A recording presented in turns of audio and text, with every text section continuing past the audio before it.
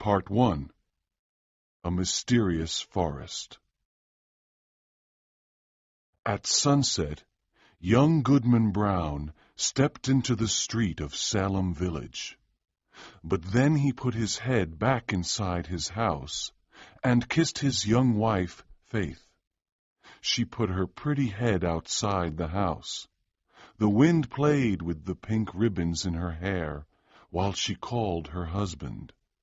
"Dearest love," she said, "please leave in the morning and sleep in your own bed tonight. Please stay with me tonight, dear husband." "My love and my Faith," answered young Goodman Brown, "tonight I must stay away from you. I must make this journey between now and sunrise." "I will wait for you to return," said Faith with her pink ribbons. "Say your prayers, dear Faith, and go to bed early. Then nothing will happen to you." The young man walked on and then looked back. He saw Faith's head with her pink ribbons. She was still looking at him. Poor little Faith, he thought. I should not leave her alone while I go on this journey. She often talks of dreams. When she spoke to me, there was unhappiness in her face. Perhaps a dream told her what I am doing tonight. Oh, but it will kill her to think of it. She is an angel, and after tonight I will stay close to her forever." With this excellent resolution for the future, Goodman Brown felt better. He walked quickly toward his evil purpose. He took a dark, mysterious road in the forest with tall, dark trees all around him. It was very lonely, and he did not know what was hidden behind the dark trees. He was afraid. He looked behind him and said, "What if the devil is here?" On the road in front of him, there was a man sitting under an old tree. He got up and said, "You are late, Goodman Brown." Surprised by his sudden appearance, he replied nervously, I was with Faith." It was now very dark in the forest. The second traveler was about 50 years old, and looked a lot like Goodman Brown. They looked like father and son, but although the older man was simply dressed, he had a certain air of one who knew the world. He would be comfortable at the governor's table or at King William's court. But the only unusual thing about him was his staff. It was a strange staff. It looked like a living serpent. Of course, it was probably Goodman Brown's imagination, because it was very dark in the forest. "Come, Goodman Brown," cried his fellow traveler. "You are walking too slowly. Take my staff if you are tired." "My friend," said Goodman Brown, stopping, "I met you here because I promised. But now I want to return home because I am worried about this journey." "Really?" replied the older companion. "Let us walk on. If I can convince you while we walk, then you must not go back. And if I cannot convince you, then you can go back. We have just entered the forest." Goodman Brown started walking again. "My father never went to the forest on such a journey, and neither did his father before him. We are a family of honest men and good Christians. I will be the first Brown that ever took this path in the forest, and had such friends, that's what you wanted to say," said the older man. "I have known your family very well. I knew your grandfather and your father. I helped your grandfather when he whipped the Quaker woman in Salem. And I helped him to burn an Indian village. They were my good friends, and we walked along this path many times, and returned after midnight." I am surprised that they never spoke about these things, but I can understand why. We are a people of prayer and work, and we do not tolerate evil. Evil or not, said the traveler with the staff, I know many important people here in New England, religious men, government officials, and the governor himself. Really? Cried Goodman Brown. I don't know the governor or government officials, but if I continue this journey, how can I meet the eye of that good old man, our minister at Salem Village? His voice will make me tremble. Until now, the older traveler had listened seriously, but he suddenly started laughing loudly. He laughed violently, and his serpent-like staff seemed to move. "Ha ha!" he shouted again and again. Then he said, "Well, go on, Goodman Brown, go on, but please don't kill me with laughing." To end the discussion, said Goodman Brown angrily, there is my wife, Faith. It will break her dear little heart. "If that is the case," answered the other, "then go home, Goodman Brown. I don't want anything bad to happen to Faith." On the path in front of them, they saw an old lady who had taught Goodman Brown catechism when he was a child. She was still his spiritual teacher, together with the minister and Deacon Gookin. "How strange that Goody Cloyes is in the forest tonight," said Goodman Brown. "With your permission, my friend, I will take another path through the woods and leave this Christian woman behind. I don't want to meet her. She may ask me where I am going." "Very well," said the older traveler. "You go on through the woods, and I will walk on the path." The young man turned into the woods, but watched his companion, who walked along the path. The old lady was walking along quickly for a woman of her age. The traveler touched her neck with his staff. "The devil!" screamed the old lady. "It's your old friend," said the traveler. "Ah, of course. It is you, your worship. Yes, it is really you and in the image of Goodman Brown's grandfather," cried the old woman. "Well, I was ready for the meeting, but I had no horse to ride on. My broomstick has disappeared. I think the wood Goody Corey stole it, so I decided to come on foot. If you give me your arm, we will be there shortly." "I cannot give you my arm," answered her friend, "but here is my staff." He threw it on the ground, and Goodman Brown thought that the staff took the form of a serpent, but he wasn't sure. First he looked up, and then he looked down, and he did not see Goody Cloyes or the serpent-like staff. All he saw was his fellow traveler, who was waiting for him calmly. "That old woman taught me catechism," said young Goodman Brown, and there was a world of meaning in that simple comment. They continued walking in the forest and talking. The older traveler broke the branch of a tree and used it as a walking staff. Suddenly Goodman Brown sat down under a tree and refused to continue. "My friend," he said, "I have decided that that horrible old woman can go to the devil if she wants. I always thought she wanted to go to heaven.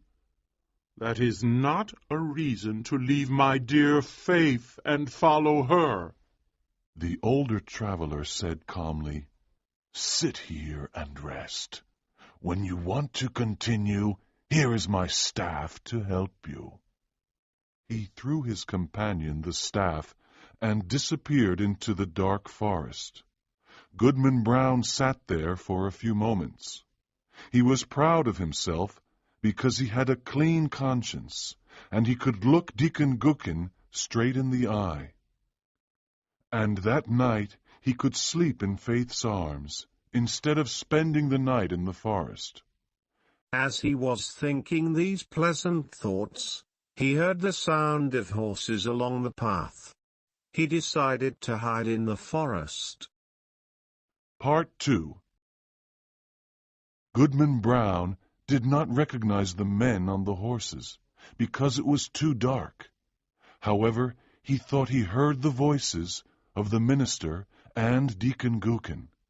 The voice that sounded like the deacon's said, "I can't miss tonight's meeting. There will be people of our community from Falmouth and others from Connecticut and Rhode Island. And there will be a men of magic who know a lot about devilry. There will also be a lovely young woman who will join our group." "Very well, Deacon Gookin," replied the old minister. "Let us go quickly. We must not be late." The horses galloped through the forest. Goodman Brown was very surprised, and his heart was heavy. He looked up at the sky to see if there was a heaven above him. He saw the sky and the bright stars. With heaven above and faith below, I will resist the devil, cried Goodman Brown. While he looked up at the sky and prayed, he saw a black cloud directly above him. From the black cloud he heard the sound of confused voices. They sounded like the voices of his own townspeople. Then he heard the sad voice of a young woman. "Faith!" shouted Goodman Brown, who was very worried, and the forest echoed, "Faith! Faith! Faith!" The cries of anger and terror filled the night. Then there were sounds of other voices, terrible screams and laughter.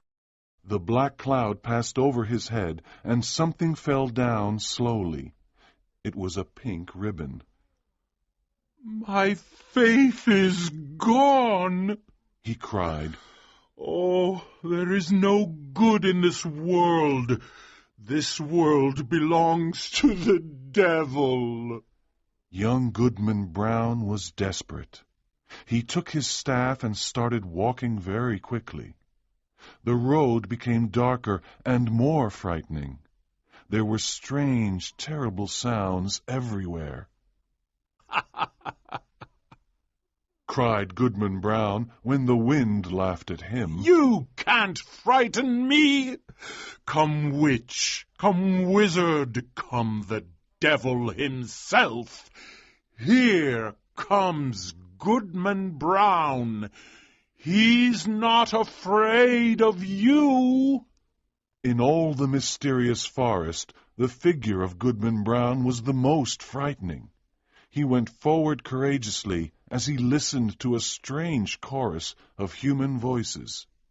Then suddenly he reached an opening in the forest. The opening looked like an altar.